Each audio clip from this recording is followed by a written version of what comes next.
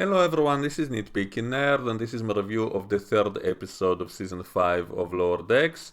And I enjoyed it a lot more than the previous two episodes, which were kind of boring. This one I liked a lot more, it was a lot more entertaining, and even visually it showed a lot of interesting things. And that's one of the advantages of an animated show, that they can literally show us whatever they want to. They are not limited by budget constraints of a lack of sets, especially big open spaces and stuff like that, which the old Star Trek shows were very limited and not really being able to play around with all that kind of stuff. And yet in this show, because it's animated, they can do that. And so once again, we see some kind of huge space station, which is like a leisure cruise kind of ship. And it kind of reminds me of that starbase they keep showing in Strange New Worlds, the one with the domed forests. And so I personally just love that visual. And the reason they're going to that space station is not for a vacation, but because they're looking for some kind of cluster of nanites, which is roaming around that station and consuming materials. And that's something we once saw in an episode of TNG. Actually, I think in two different episodes. There was one with nanites causing malfunctions on the ship, and there was another one with some kind of entity consuming some materials from the Enterprise, and they had to get it out of the ship safely. And so it's kind of a combination of two of those things, and it kind of looks like the T-1000 from Terminator 2. And so they have to catch that thing. And also Jennifer, who was Mariner's girlfriend a few seasons ago and then kind of disappeared from the show, she suddenly shows up, and Mariner herself is surprised that she still thinks they're together, and Mariner doesn't know how to break up with her. And meanwhile, Boimler goes on a separate mission with Commander Ransom to find some rogue Starfleet admiral who's hiding somewhere, which I guess happens often, that Starfleet admirals always go crazy and become evil for some reason. And we finally get to see a few Galamites. Those were aliens that were mentioned often in Deep Space Nine. There was Captain Boudet, who Jadzia was said to be dating, and he was referenced in a lot of episodes but never actually shown. And the only thing we know about him is that he had a transparent skull, and I think O'Brien said he had a toothy smile. And yet we never actually saw him, and yet here we see a couple of Galamites, and they do indeed have transparent skulls and also with huge scary teeth. And so I like the fact that they pay so much attention to even the tiniest details from all the previous Star Trek shows, and they exaggerate it to be even funnier. So I can't really imagine Jadzia dating such a monstrous looking creature, but she also had the hots for Morn and always seemed attracted to all kinds of exotic looking aliens, so I guess it's possible.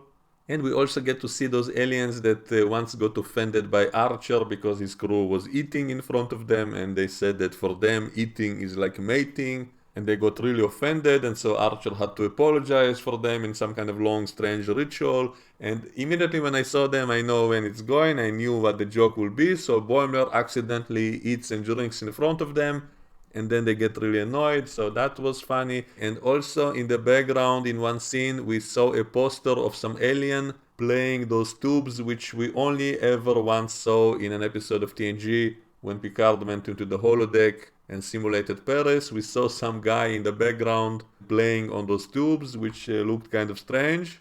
I once made a video poking fun at that scene, and we never once saw that again in anywhere else in the whole Star Trek franchise, and yet here they bring it back. And so I love how much attention they pay to all these little obscure details from across the Star Trek franchise, and most people probably wouldn't even get all these references, but I do, so I personally do enjoy that. And even when they're chasing around that cluster of nanites, when they go outside and they get into this vehicle to chase it, even that vehicle kind of looks in the style of Star Trek, specifically that wheelchair that we saw in TNG, some admiral driving around, and they kind of designed it to make it look as if it's hovering and floating. And there's a scene when Boimler is skiing and he's bad at it, and then he grabs some other alien who then complains that he grabbed him by his genitals, even though it's on his back. That's a reference to a scene in Star Trek 6 when Kirk kicked some alien in the legs, and then he fell down immediately and crying because his genitals were there, and then someone said not everyone keeps their genitals in the same place, and so I'm sure that was a reference to that. And also Rappaport mentions that when Jennifer was on some other mission that we never got to see, that her team all turned into crystals. That's a reference to an episode of TOS in which the away team was transformed into crystals by aliens.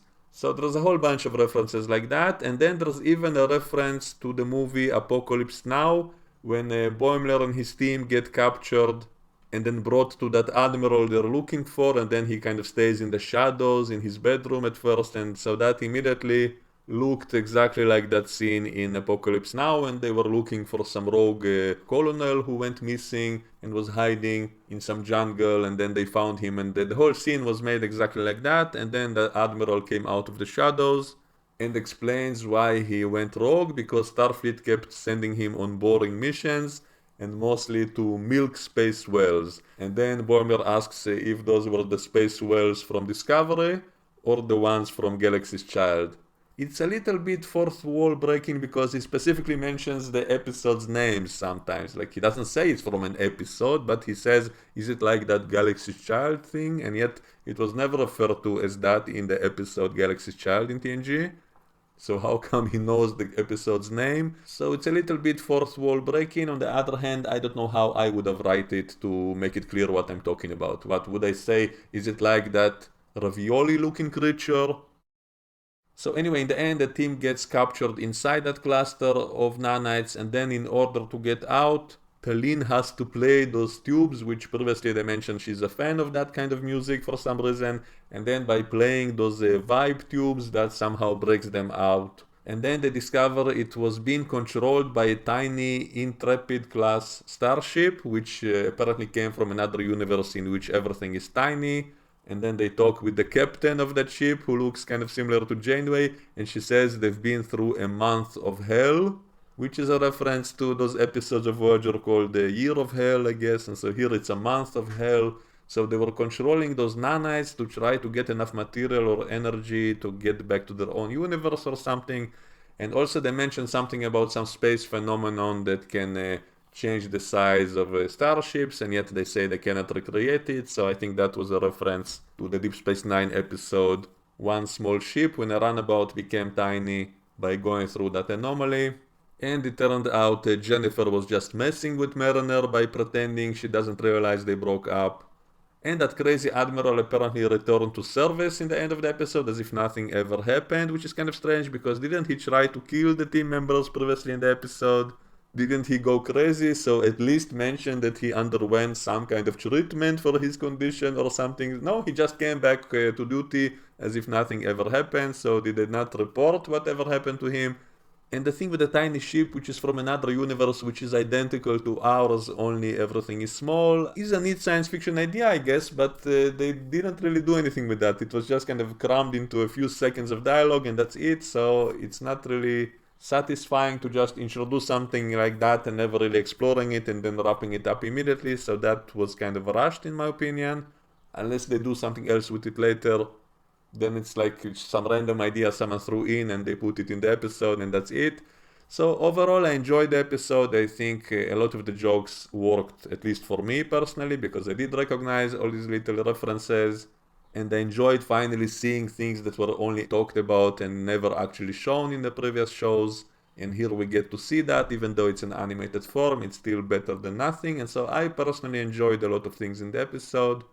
So that's all I had to say about it for today. Let me know what you think, and we can discuss it all in the comments below. And I will see you all next time. Bye bye.